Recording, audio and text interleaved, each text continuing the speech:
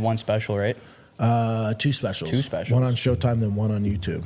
Yeah. I can't imagine. It's funny. I've stood on stage so many fucking times with a guitar and a microphone and a band. No problem. Let's go. Yep. I mean, shit, I don't even do it anymore, and I'm doing it next weekend. Yeah. I'm doing Now 2 gigs. only have a microphone and talking to Just a microphone, and I got to entertain people? Go fuck yourself. But I think that goes back to the fearless thing. Like, I think what kids need to deal with now, it's different because there's Instagram and social media where they're scared to take chances because they can get judged from the jump. Yeah, where for sure. If I started stand-up, or if I fought in the UFC, which wasn't around, let's say 30 years ago, or I started stand-up 30 years ago, I can work these rooms and do my thing without people seeing. Yeah. And people are like, oh, and then all of a sudden I'm on tour and like, oh, damn, that's cool. And I'm really good by the time you see me. Yeah. Right. Now they see everything. Everything. So kids are scared to take chances. They're scared to take swings. Yeah. So I think getting kids to deal with that is going to be the parents' kind of biggest obstacle. I would love to try comedy. I told you one of the first times I met you, like, I would love to try stand-up. So fucking do it. Why not? Bro, that's what I don't get. Tony. I watch Kill Tony so much that I'm like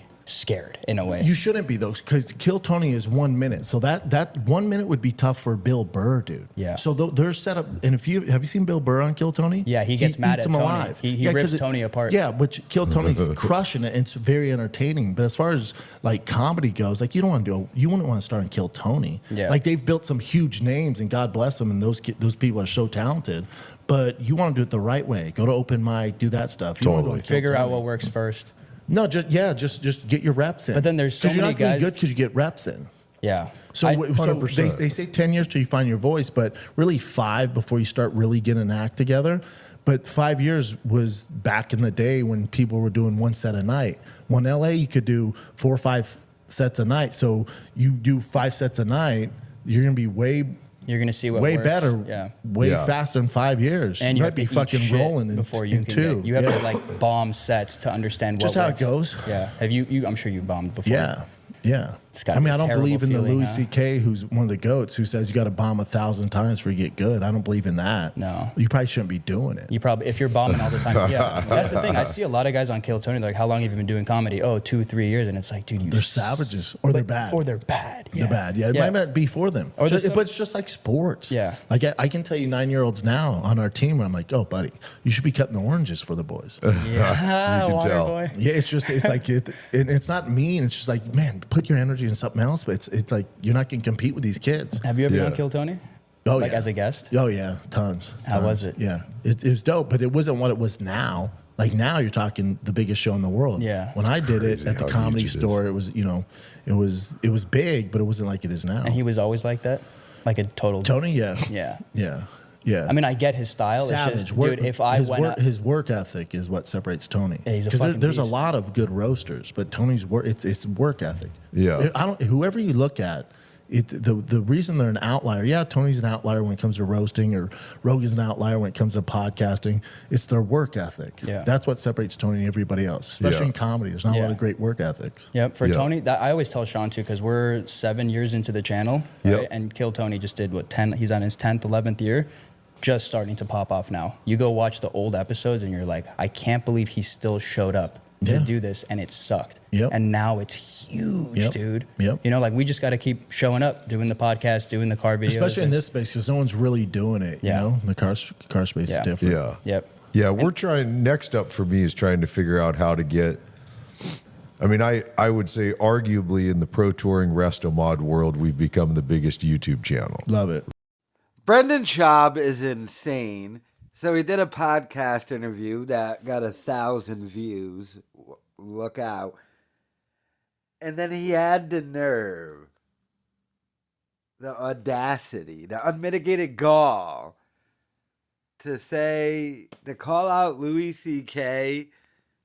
and then give advice about stand-up comedy and then say, maybe you shouldn't be doing it. Brendan Schaub had to quit stand-up comedy because he was so unfunny and bad at it, he couldn't sell any tickets. And he has to cope with that so bad that he's made up a lie in which I quit stand-up comedy because I want to be with my kids. No. You quit stand-up comedy because you couldn't sell out any tickets, and you had to cancel every comedy club you booked. Oh my god! Everything was just projection in that. Like, I can't. Why would anyone take advice from Brett? He failed at literally everything. And then he has the audacity to tell other people, maybe you're not good at it. Maybe stop doing it. Hey, stupid, you spend money to be a podcaster. Your dad's money. You don't make money doing it. You spend money to do it.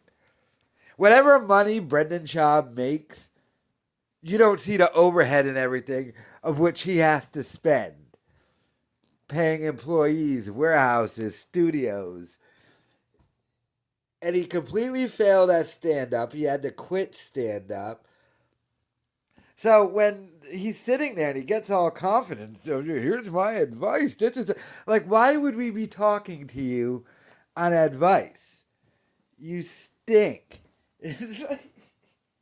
Just the audacity he had to try and do that and actually dare mention Louis C.K.'s name. I mean, whatever you think about Louis C.K. personally, like his accusations or whatever, I've never not heard anyone say Louis C.K. isn't funny. So, yeah, if Louis C.K. says you have to bomb 1,000 times to get really good, Louis C.K. is probably right. Brendan Schaub isn't right because Brendan Schaub doesn't do stand-up comedy anymore because he got fired from stand-up comedy. The public fired him. He didn't quit. He got fired.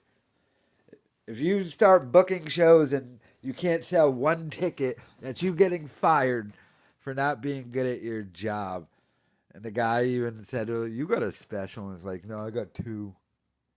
The two worst rated comedy specials of all time." It truly is a stunning thing to see not only the lying, but the projection and the coping this man goes through. And he tries to give an opinion on stuff when he's not an expert in anything. He's dabbled in stuff. Oh, what is he, Stuttering John? he dabbled in the UFC. He dabbled in stand-up comedy. He dabbles in podcast. He's a dabbler. But, I mean, just truly sad. Truly pathetic. Who's he talking to, by the way? Some nobody. He did this podcast. It just hit 1,000 views. It dropped 2 days ago. This is who Brendan Schaub is. He's a rich kid playing pretend with daddy's money. He's got all the opportunity in the world. He's allowed to go on Joe Rogan's podcast basically anytime he wants, and it means nothing. It translates into nothing. He really did destroy his career by being a thin-skinned, unfunny dummy who had to threaten Bobby Lee, sue me. It truly is just pathetic, and now he's going to sit there and give advice at something he failed in. Like, no. No, you don't get to give advice, stupid. So whoever that guy is, don't listen to Brendan Schaub. In fact, do the opposite. It is now my religion. I did this whole opposite thing, Jerry.